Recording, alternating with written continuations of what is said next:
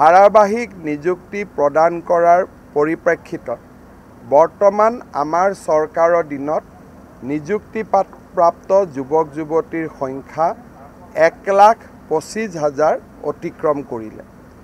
ৰাজ্যত প্ৰায় 40,000 নিযুক্তিৰ প্ৰক্ৰিয়া বৰ্তমান পৰিচালনা হৈ আছে।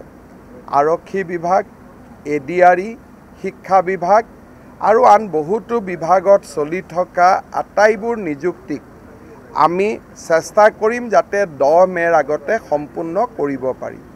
ইয়াৰ ফলত নিযুক্তিপ্ৰাপ্ত যুৱক যুৱতীৰ সংখ্যা 1.5 লাখ সংখ্যা ক্ৰছ কৰি প্ৰায় 1,60,000 হ'বগৈ।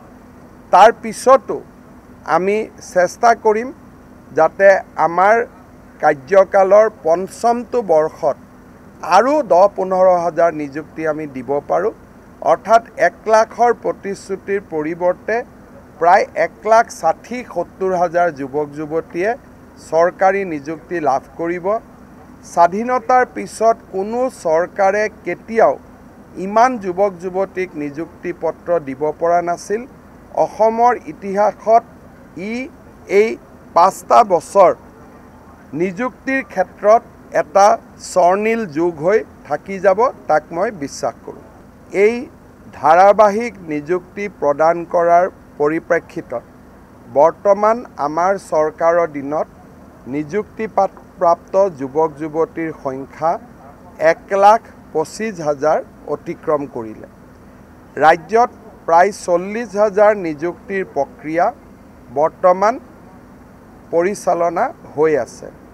আৰক্ষী বিভাগ, এডিআৰই, শিক্ষা বিভাগ আৰু আন বহুতো বিভাগত চলি থকা আটাইবোৰ নিযুক্তিক আমি চেষ্টা কৰিম যাতে 10 মে'ৰ আগতে সম্পূৰ্ণ কৰিব পাৰি। ইয়াৰ ফলত নিযুক্তিপ্ৰাপ্ত যুৱক যুৱতীৰ সংখ্যা 1.5 লাখ সংখ্যা ক্ৰছ কৰি প্ৰায় 1,60,000 হ'বগৈ। তাৰ পিছতো আমি চেষ্টা কৰিম যাতে আমাৰ কাৰ্যকালৰ পঞ্চমটো বৰ্ষত আৰু 10-15,000 নিযুক্তি আমি দিব পাৰোঁ। অৰ্থাৎ 1 লাখৰ প্ৰতিশ্ৰুতিৰ পৰিৱৰ্তে প্ৰায় 1,60,000-1,70,000 যুৱক যুৱতীয়ে চৰকাৰী নিযুক্তি লাভ কৰিব। স্বাধীনতাৰ পিছত কোনো চৰকাৰে কেতিয়াও ইমান যুৱক যুৱতীক নিযুক্তি পত্ৰ দিব পৰা নাছিল। অসমৰ ইতিহাসত এই 5টা বছৰ নিযুক্তিৰ ক্ষেত্ৰত এটা স্বৰ্ণীল যুগ হৈ থাকি যাব, তাক মই বিশ্বাস কৰোঁ।